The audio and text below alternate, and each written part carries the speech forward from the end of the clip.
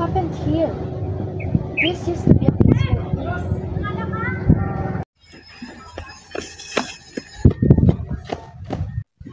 Uy, si Hazel ba yan? Uy, Hazel! Oh, hi guys! Anong ginagawa mo dyan? Nothing, just cleaning around. This place is so dirty. Dirt!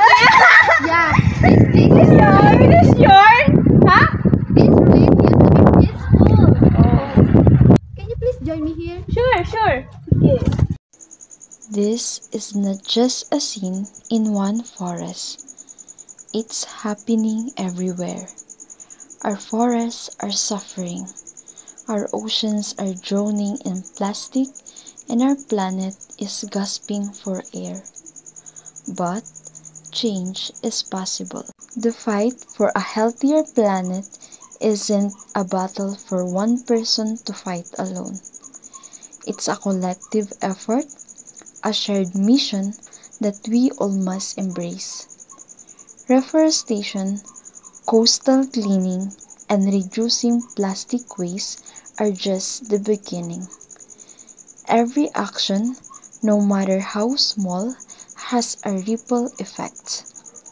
And when we all contribute, the ripple becomes a wave of change. Baka gusto niya sumali mamaya. Saan? Mag-coastal cleanup tayo. Sure, wala naman kaming pupuntahan.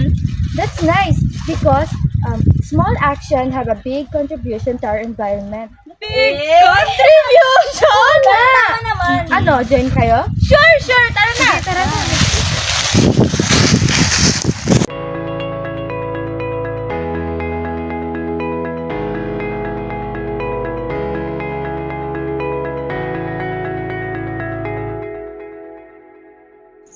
Join the movement. Reforest, clean up, reduce plastic waste, and protect the planet. Together, we can create a sustainable future. Uy guys, maraming salamat nga pala dahil sinamahan niyo ako ngayon.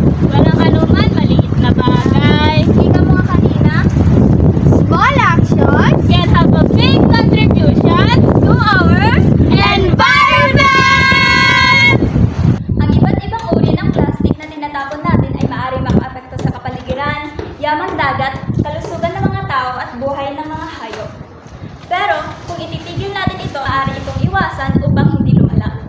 Gaya na lamang ng outdoor activities katulad ng family outing.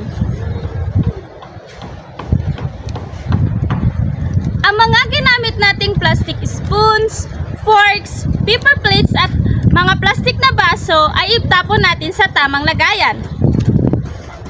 Amin na yan, anak. Tapon natin dito sa basurahan para hindi nakakalat.